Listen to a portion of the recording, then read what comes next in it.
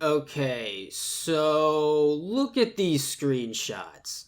Doesn't look too bad, right?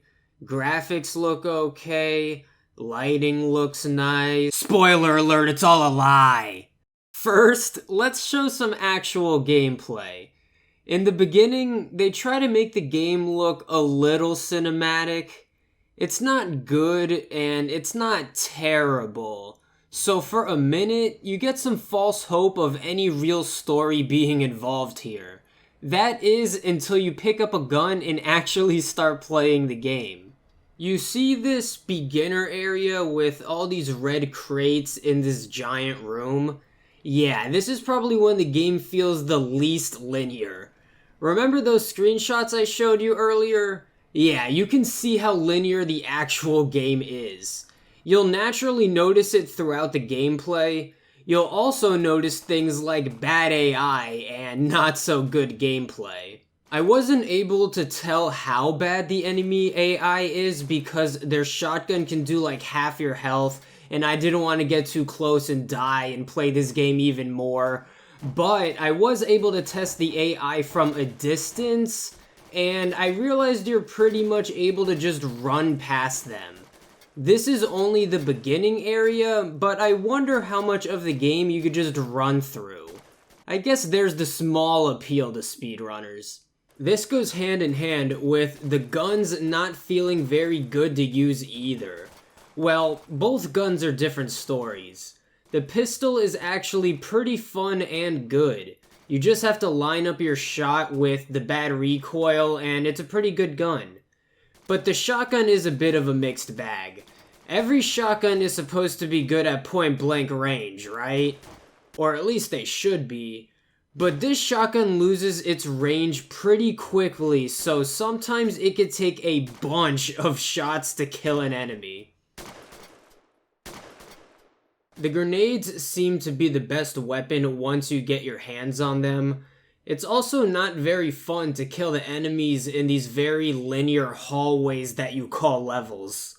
They try to switch up the environments, which I kind of appreciate, but it's still very noticeably linear every single level.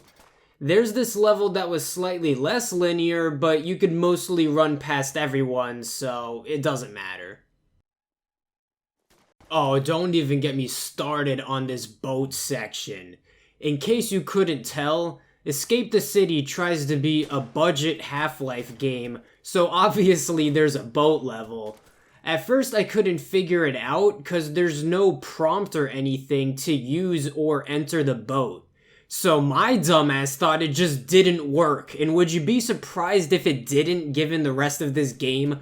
So I just walked along this linear water for a while.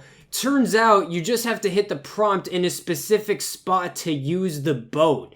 And even when you do use it, it's pretty lame. Like, the enemies that are shooting you are basically just scenery, and you just go in a straight line. Like, compare that to the helicopter in Half-Life that chases you down and tries to frickin' murder you. Yeah, I can see what this game is going for. It just feels very rushed and not finished. Like, obviously the levels aren't very creative, the AI isn't great, the guns could be better, you can't save your progress, there's no real ending, and you can beat the game in like 15 minutes anyway. There's very few positives I can say about this game, if any. I mean, the lighting can look nice, the pistol is pretty cool, I guess the frames aren't awful. The best thing I can say about Escape the City is it looked like a good base idea with a bit of potential. Like, the idea of escaping the city in all these different environments in a cheap Half-Life type of way, you know, that sounds pretty cool. And like, the Steam page, description, and screenshots look pretty nice, but the game itself is just not very good. Speaking of the Steam page, when I got my hands on this game, there were like no negative reviews, and this game was nearly overwhelmingly positive. After that, I knew I had to write a review, and you can actually see that in the description. But not only did I make a written review, now we're making a video review. There has to be someone willing to speak the truth. And you might be wondering why I'm picking on this game so much. Well, have you seen my review on Combat Force? Well, this game is made by the same publisher. You can even buy these terrible games bundled together. So that means you know what type of games you can expect from these guys. By the way, check out that other review if you haven't seen it. But yeah, guys, I definitely gave this game more than enough attention by now. Obviously, I wouldn't recommend it for most people. Maybe if you want to speedrun or mess around. Luckily, this game is even cheaper than Combat Arms at $3, but I got it on sale for even less.